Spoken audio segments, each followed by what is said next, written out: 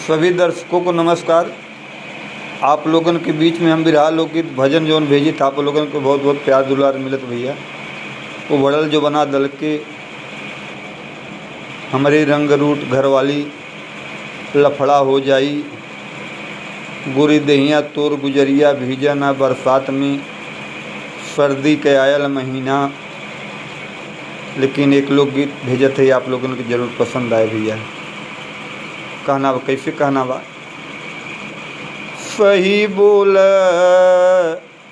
हे सही बोलत सबके निवर लागे, कह सारे के सरवा निवर लागे। सही बोलत सबके जहर लागे, जेकर सजनवा रही सीधा साधा, जेकर सजनवा रही सीधा साधा।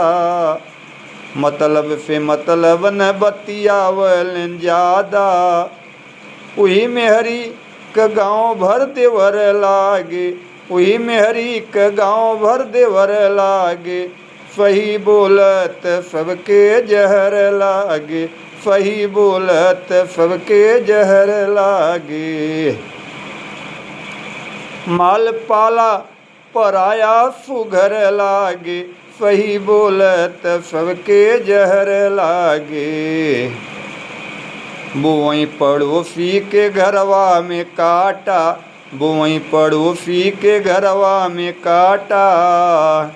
अपने घरे नहीं पौआ भर आटा, दूसरे के घर का रोटी सेवर लागे। सही बोलत सबके जहर लागे। रमन रतन के रतन है दुलारे, रमन रतन के रतन है दुलारे।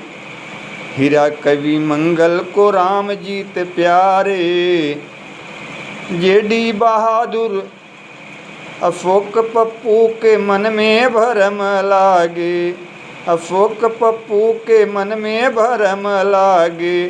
सही बोलत सबके जहर लागे, कह सारे के फरवात निवर लागे, कह सारे के फरवा निवर लागे।